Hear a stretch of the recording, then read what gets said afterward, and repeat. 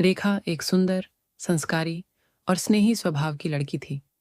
उसकी शादी उसके माता-पिता ने बहुत सोच समझकर रवि से करवाई थी, जो एक प्रतिष्ठित परिवार से था। शुरू-शुरू में सब कुछ अच्छा चल रहा था, लेकिन शादी के कुछ ही महीनों बाद रवि का असली चेहरा सामने आ गया। वह छोटी-छोटी बातों पर गुस्सा करता, अपमानित करता और हाथ भी उठाने लगा। रेखा ने सोचा कि शायद यह शुरुआती दौर की गलतफहमी है और धीरे-धीरे सब ठीक हो जाएगा। समय बीतता गया और रेखा गर्भवती हो गई। वह इस नन्ही खुशी को लेकर बहुत उत्साहित थी। उसे लगा कि अब रवि बदल जाएगा, क्योंकि अब वह पिता बनने वाला था। लेकिन ऐसा कुछ नहीं हुआ, बल्कि अब तो रवि का गुस्सा और बढ़ गया।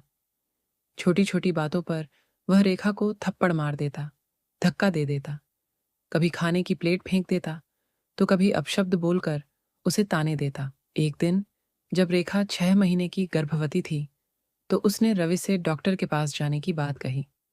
डॉक्टर ने बताया था कि उसे ज्यादा तनाव से बचना चाहिए और समय पर पौष्टिक आहार लेना चाहिए। लेकिन रवि ने उसकी बातों को अनसुना कर दिया और काम के बहाने उसे अकेला छोड़ दिया। उस रात जब रेखा ने उसे शराब पीने से मना किया, तो वह बुरी तरह गुस्सा हो गया। उसने गुस्से में रेखा को धक्का दे दिया, जिससे वह फर्श पर गिर पड़ी। उसके पेट में तेज दर्द होने लगा और वह तड़पने लगी। लेकिन रवि को उसकी हालत से कोई फर्क नहीं पड़ा।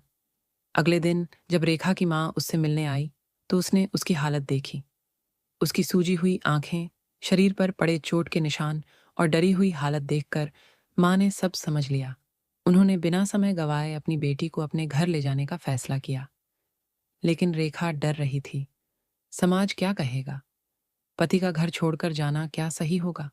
उसकी माँ ने उसे समझाया, बेटा, एक स्त्री का सम्मान सबसे जरूरी है। अगर पति तुम्हें प्यार और सम्मान नहीं दे सकता, तो तुम्हें अपने बच्चे की और अपनी रक्षा खुद करनी होगी। रेखा की आंखों में आंसू थे, लेकिन इस बार वह मजबूर नहीं, बल्कि मजबूत थी। उसने माँ का हाथ थामा और रवि का घर हमेशा के लिए छोड़ दिया। रेखा अपने मायके चली आई और वहीं रहकर अपनी गर्भावस्था की देखभाल करने लगी। कुछ महीनों बाद उसने एक प्यारी सी बेटी को जन्म दिया। अब वह अपनी बेटी को एक ऐसा जीवन देना चाहती थी जिसमें कोई डर न हो, कोई अपमान न हो।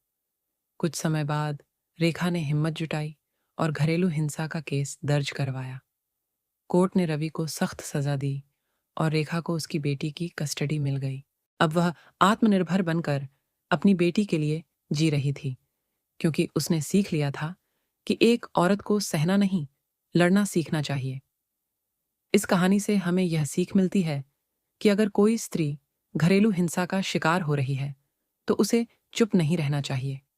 अपने आत्मसम्मान और अपने बच्चों के भविष्य के लिए उसे आवाज उठानी होगी। समाज बदल रहा है और अब महिलाएं कमजोर नहीं हैं।